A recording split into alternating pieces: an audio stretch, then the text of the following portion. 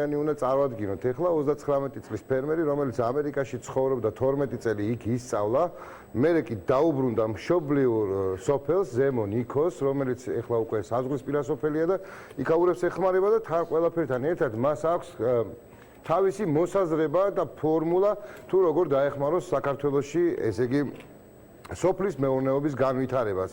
და ნატალია ქაჯაია მოგვითხრობს ამის შესახებ. მიდი ნატალია.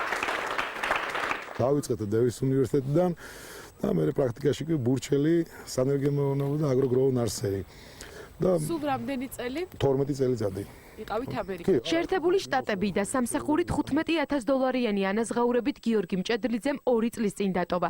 დაბრუნდა მშობლიურ სოფელში, ზემო ნიქოსში. სანერგო მეურნეობის განვითარება ცხინვალიდან 2 კილომეტრის მოშორებით და სასაზღვრო ზოლიდან 300 მეტრში დაიწყო. საქართველოს ჩვენი მიწით გვაქვს ძალიან დიდი რესურსი. ჩვენ შეგვიძლია ვაწარმოოთ საუკეთესო ხარისხის პროდუქტი. ჩემი სოფელი ნახევრად დაცლილია უკვე. დაცლილია. ამიტომ რომ შევაკავოთ სასაზღვრო ეს აუცილებელია. ერთი იმიტომ რომ ხალხი დავაკავოთ, მეორე იმიტომ რომ დავანახოთ მეორე მხარეს აყვავებული საქართველოს.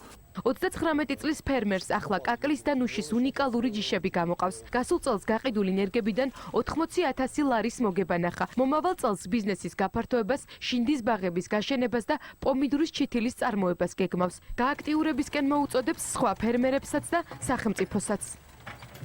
თუკი სწორად სულ ყველა მიუდგებით ჩვენს ქვეყანას 5 წელიწადში ჩვენი ეკონომიკა გაძლიერდება სოფლის მეურნეობით. ჩვენ გვაქვს მიახლოებით 300 ჰექტარი მიწა უფუნქციოდ დაგდებული. ხომარჯობდა რომ სახელმწიფოს ასეთი რამე გაეკეთებინა როგორც სასაზღვრო ზოლის სოფელი. თუნდაც სახელმწიფოს მოეცოთ ჩვენთვის შეკვეთა რაიმე პროდუქცია. ან ხალხის, ან ჭარხლის. დაგვიდგეს სახელმწიფო გვერდში და არ გვიკეთოს უსასყიდლოდ არაფერი. უბრალოდ სწორად მიუდგეთ საქმეს. სანერგო მეურნეობაში ზემო ნიქოზელები არიან დასაქმებული. ჯერჯერობით 12 ადამიანი. მათი ყოველდღიური ხელფასი 25 ლარია. ჩვენ მოსახლეობა ძალიან იქის აქ უგორი ზონაში. და ამისათვის საჭიროა რომ ეს მოსახლეობა ახალგაზრდა ბიჭები რომ დასაქმდებიან გენაცვალე არა და ყველაფერი რო ექნება ასეთი ხალხი რო გვეყოლება არა დასაქმდებიან და სოფლიდან აღარ წავლენ. ვიქნებით სოფელი იქნება ძლიერი გენაცვალე. შემოსავალი გვექნება, ყველაფერი გვექნება და კარგად ვიქნებით თუ ყველანი.